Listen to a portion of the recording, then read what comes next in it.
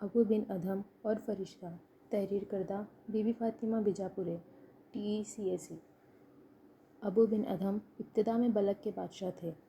بادشاہوں کی طرح سب آسائشیں انہیں حاصل تھیں، لیکن پھر بھی دل میں کسی چیز کی کمی محسوس ہوتی تھی۔ بالآخر ان پر یہ مختلف واقعات سے واضح ہو گیا کہ خدا کے جتنا قریب انہیں ہونا چاہیے تھا وہ نہیں ہے۔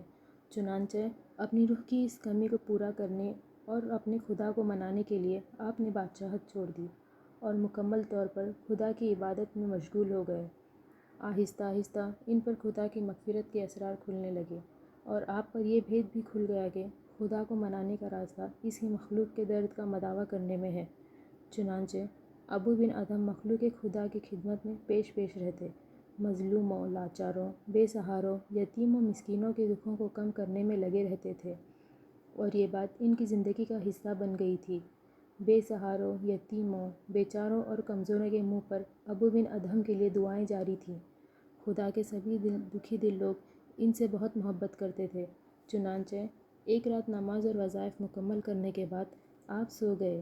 رات کے دوسرے پہر اچانک آپ گہری نیند سے بیدار ہوئے تو دیکھتے ہیں کہ آپ کے کمرے میں سفید رنگ کی نورانی روشنی چھائی ہوئی ہے اور ایک بہت ہی روشن چہرے والا فرشتہ ہاتھ میں سونے کا قلم لیے کتاب میں کچھ لکھ رہا ہے۔ کمرے کا ماحول نورانیت اور بزرگ فرشتے کی وجہ سے معطر ہوئے جا رہا تھا۔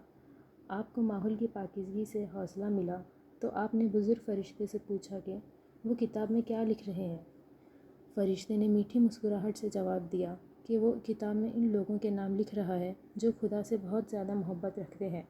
ابو بن ادھم نے بےتابی سے پوچھا، کیا اس فہرست میں میرا نام بھی ہے؟ نہیں، فرشتے نے جواب دیا۔ ابو بن ادھم نے ہلکی آواز مگر روح کی گہرائیوں سے لبریز خوشی اور اطمینان سے کہا کہ میں خدا کی عبادت کرتا ہوں، تو آپ میرا نام ان میں لکھ دیں جو خدا کے بنائے بندوں سے بہت پیار کرتا ہے۔ فرشتے نے لکھا اور غائب ہو گیا۔ اگلی رات پھر اسی پہر آپ کی آنکھ کھلی، وہی فرشتہ ہاتھ میں سونے کا قلم لیے کتاب میں کچھ لکھ رہا تھا۔ آپ نے پوچھا، بزرگ فرشتے، آپ اس کتاب میں کیا لکھ رہے ہیں؟ تو فرشتے نے جواب دیا، میں اس کتاب میں ان لوگوں کے نام لکھ رہا ہوں جن کو خدا محبت کرتا ہے۔ ابو بن ادھم نے فرشتے کی اجازت سے وہ کتاب ان سے لے کر دیکھنی شروع کی تو کہیں بھی ان کا نام موجود نہ تھا۔ جب وہ کتاب کے اوراق الٹاتے ہوئے پہلے صفحے کی فہرست پر پہنچے تو سب سے اوپر ابو بن ادھم کا نام درج تھا۔ ابو بن ادھم خوشی سے نہال ہو گئے۔ اس کہانی سے ہمیں یہ سبق ملتا ہے کہ خدا کی محبت اس کے بنائے ہوئے بندوں کے دکھوں کو کم کرنے سے ملتی ہے۔